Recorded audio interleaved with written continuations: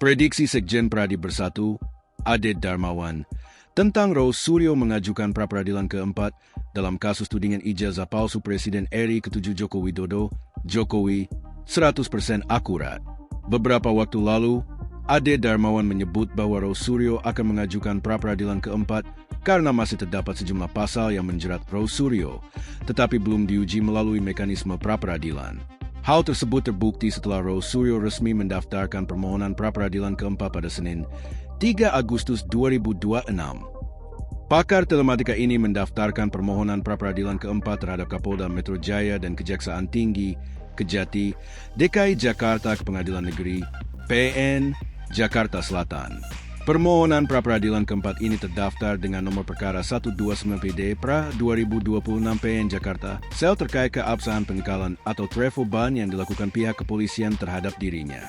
Berdasarkan data Sistem Informasi Penelusuran Perkara, SIP, PN Jakarta Selatan, permohonan tersebut didaftarkan pada Kamis, 30 Juli 2026. Roy Suryo menempatkan Kapolda Metro Jaya sebagai termohon I dan Kejati DKI Jakarta sebagai termohon 2. Silakan datang lagi untuk pra-peradilan yang keempat. Ya, kami sudah mendaftarkan pra-peradilan keempat, kata Roy Suryo di PN Jakarta Selatan, Senin.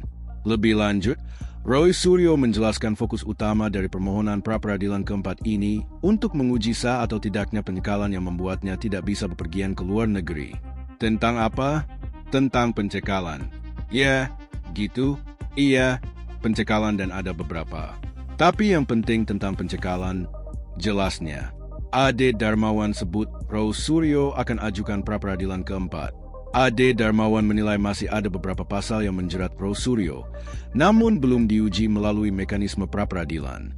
Ade menjelaskan, jika melihat pola pengajuan pra-peradilan yang dilakukan sebelumnya, umumnya seluruh permohonan diajukan sekaligus.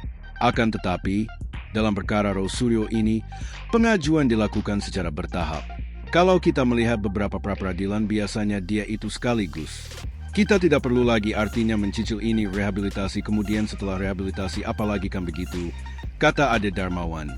Dikutip dari program Sapa Indonesia Malam di Kompas TV, Sabtu, 18 Juli 2026.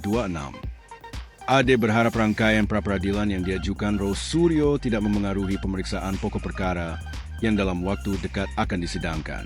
Saya yakin bahwa apa yang dilakukan teman-teman ini mudah-mudahan tidak berpengaruh oleh putusan materi pokok perkara, tuturnya.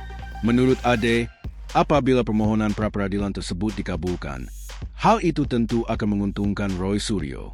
Kalau itu pun diwujudkan ya tentunya selamatlah Mas Roy ini, ujar dia. Meski demikian, Ade memperkirakan persidangan pokok perkara akan segera dimulai sembari menunggu langkah hukum lanjutan dari kubu Roy Suryo. Kalau kita lihat sih saya rasa pokok perkara sebentar lagi disidangkan. Sisa menunggu pra-peradilan yang diajukan mereka Roy Suryo CS. Masih ada pra-peradilan 4 kok, ucapnya. Ade menjelaskan, pra-peradilan yang telah diajukan sebelumnya berkaitan dengan pasal 32. Sedangkan pra-peradilan ketiga menyangkut permohonan ganti kerugian dan rehabilitasi atas penangkapan, penahanan, serta penggeledahan yang dinyatakan tidak sah. Menurutnya, masih ada sejumlah pasal lain yang belum menjadi objek pra-peradilan. Menurut hemat saya masih ada pasal 310, 311, ada 310, ada 311, ada 35. Pra-peradilan kedua itu pasal 32. Pra-peradilan ketiga soal ganti kerugian dan rehabilitasi akibat penangkapan, penahanan, dan penggeledahan yang dinyatakan tidak sah. Nah berarti pra-peradilan keempat bakal ada pasal lagi nih. Pasti ada pra-peradilan keempat, jelasnya. Ia menambahkan pasal 310, pasal 311, dan pasal 35 masih belum diuji melalui pra-peradilan sehingga berpotensi menjadi materi permohonan Roy Suryo berikutnya.